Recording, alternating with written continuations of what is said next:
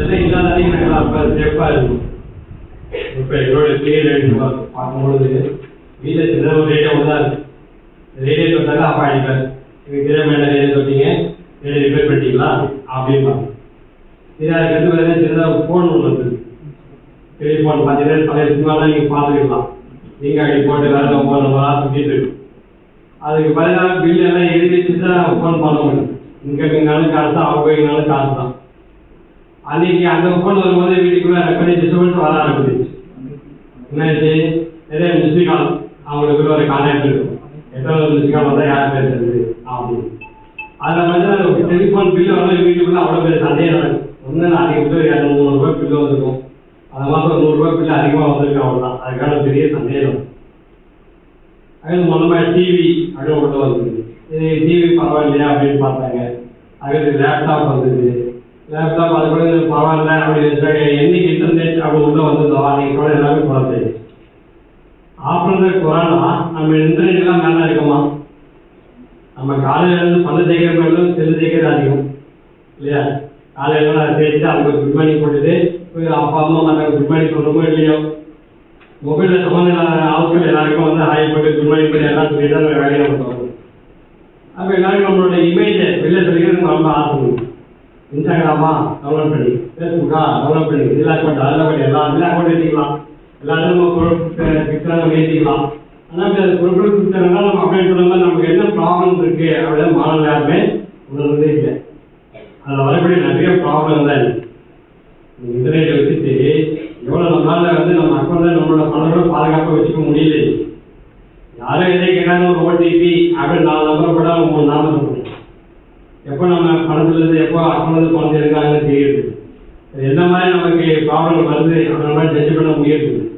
எல்லாமே நேரத்தில் சொல்லுவாங்க, இதெல்லாம் வந்து கடலில் தெரிஞ்சது இல்லையா, பேரண்ட்ஸுக்கு தெரியாதா, பேரண்ட்ஸும் தெரியறது இல்லை, மகளும் தெரியாது. நம்ம கடை நம்ம என்ன பண்ணுறோம், மரம் பாடலை டெஸ்ட் அதெல்லாம் போயிடுறோம். இப்போ ஒரு அவேர்னஸ் தெரியுமா அப்படின்னு நமக்கு தெரியுது.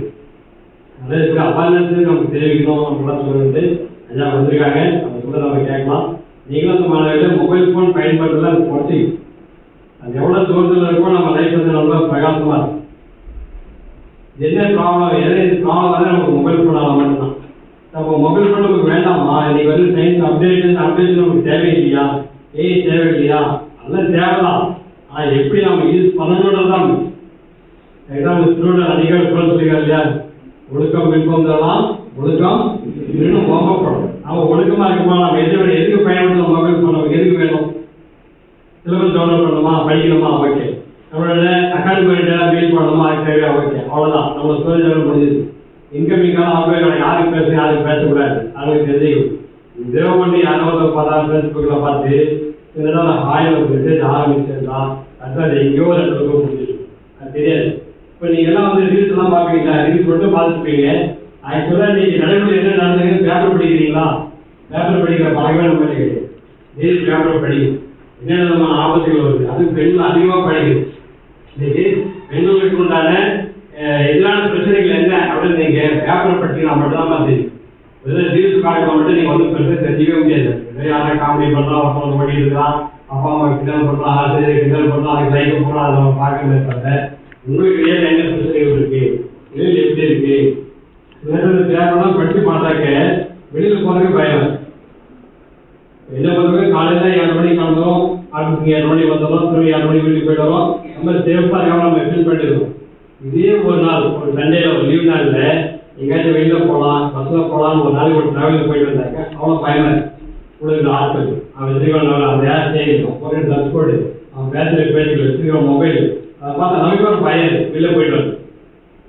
அதெல்லாம் பண்ணாங்க. கேள்வி நிறைய விஷயங்கள் ஐயா சொல்லுவாங்க, நல்ல கேளுங்க. உங்களுக்கு எதாவது டவுட்ஸ் இருந்தாலும் நீங்கள் கேட்கலாம். அதில் கொஸ்டின்ஸ் இருக்கும், எதாவது டவுட்ஸ் இருக்குது, அதான் நீங்கள் என்ன கேட்டீங்க. அனைவருக்கும் இந்த மாதிரி நிகழ்ச்சிகள் சிறப்பாக இருக்கிற வாழ்த்துக்கள். நீங்கள் மட்டும் கேட்கறதுல மற்ற மாணவர்கள் நீங்கள் கவே பரவணும். என்ன விஷயங்கள்லாம் பேசினாலும் மற்ற மாணவர்கள் சொல்லுங்கள். ஒருத்தருக்கு சேஃபாக இருக்கணும். Please safe. தேங்க்யூ.